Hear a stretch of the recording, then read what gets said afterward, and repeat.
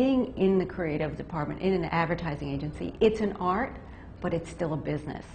In my experience, works is what we call bulletproof creative, which means it's creative is born out of a single-minded idea. And that comes out of a brief that's well written. And when I was in advertising and had a group, we would not ask for storyboards. We would always ask people, give me your idea in one sentence. You can't say it in a sentence, it's not an idea.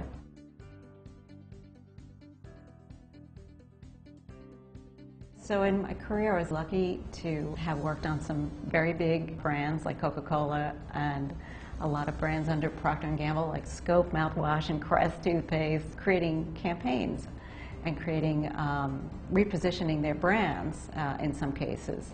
Most of the time, creatives have 1 week to come up with a campaign. You've got to have some kind of way of harnessing that gut instinct, that creative idea, into something that's usable and strategic and saleable. So the idea would be, you would build it on a hook.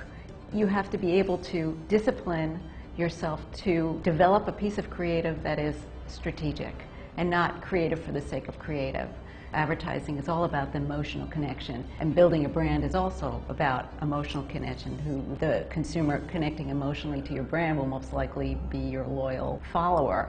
For example, in the Scope scenario, the idea was we wanted to target a younger audience. And while it was still a mouthwash, they had a good taste and they had a tingle. So we created a campaign based on a proposition of being prepared, because you never know when love may strike. I wanna be loved by you, just you, and nobody else but you.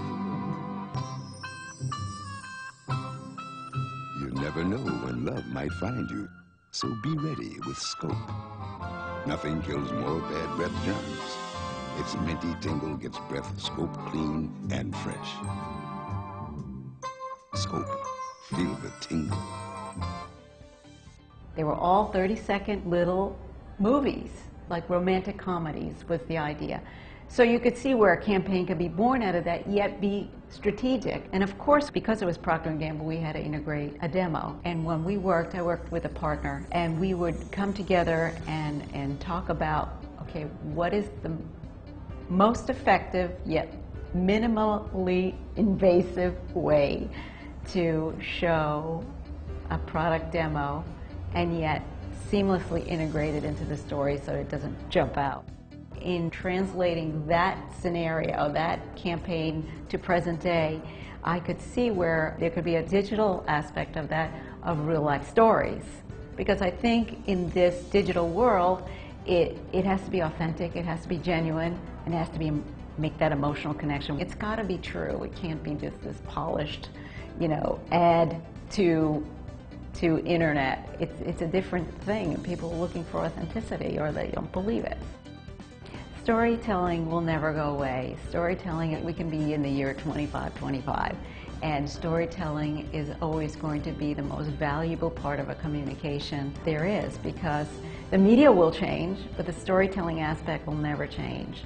So in the business that we do now with video and online video, it's still about the story. We always ask our customers, our clients, what is the most important message you want the viewer to take away? You tell me what that one message is, and then we'll work backwards and we will create a story to deliver that in the most genuine way possible.